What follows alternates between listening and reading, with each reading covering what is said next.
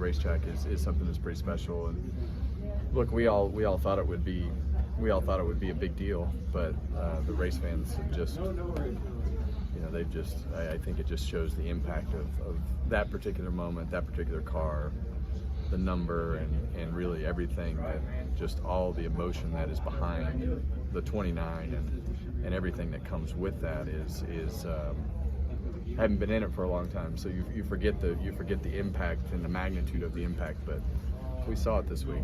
Do you feel comfortable knowing where the line is between hard racing and moving somebody out of the way, and what could be overstepping that line of what hard racing is versus race manipulation or taking someone out intentionally? I'm referring obviously to the how NASCAR responded this week today. Well, I think those were easy responses. It's like going to court and saying you're guilty. Well, I mean, how else? It's tough to not respond. It's tough to respond differently when the plea is already guilty. So, and I think, and I'm just going off of what the driver said, and then going to the NASCAR comments of, this is the penalty because of what was said. I don't think, and NASCAR's Elton Sawyer saying, we viewed this as a racing incident. So I think you can take, without my opinion, I think you can take those two scenarios and gather where each side stands. Sure. What was old is new, and here we are. When do you think the 29, just getting into the 29, will sink in with you? We've been working on that since November. So, that was something that I thought would be a good idea. It was actually much easier to talk both sides into working together and making it all work than I had ever imagined it would be. Everybody just said yes the first time I asked. So there's a lot of emotion that goes behind all that, the number and the situation. And I think for me, I haven't driven the 29 in a long time. And I think that the fans and industry and people really emphasized how important that moment is. So it kind of set me back a little bit. Hey, Kevin, how do you feel like the communication, are you content with the communication between the drivers and NASCAR right now?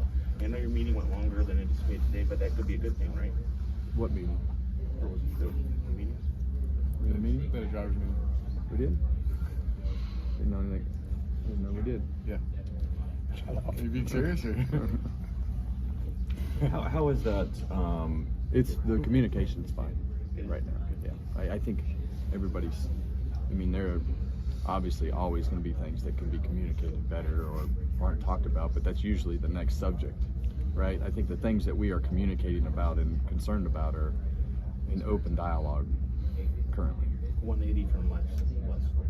Yeah, and I think, look, we're in a much different spot than we were last fall from a driver standpoint, NASCAR relationship and communication, and really, whether it's drivers or teams or whatever it is, it's from a driver standpoint, it's in a much different spot than it was at last fall.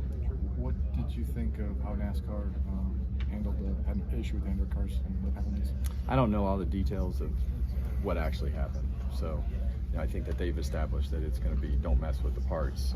We lived that last year, so it seems to be pretty standard procedure.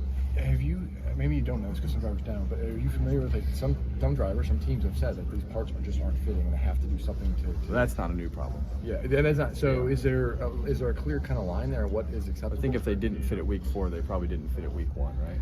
Very good. Yeah. Kevin, do you prefer when it's a little colder out in terms of comfort inside the race car, or are you just so accustomed to having a hotter day and a hotter race car? We can control some of the temperature until it gets super hot inside with suits and things like that. So the cars like it.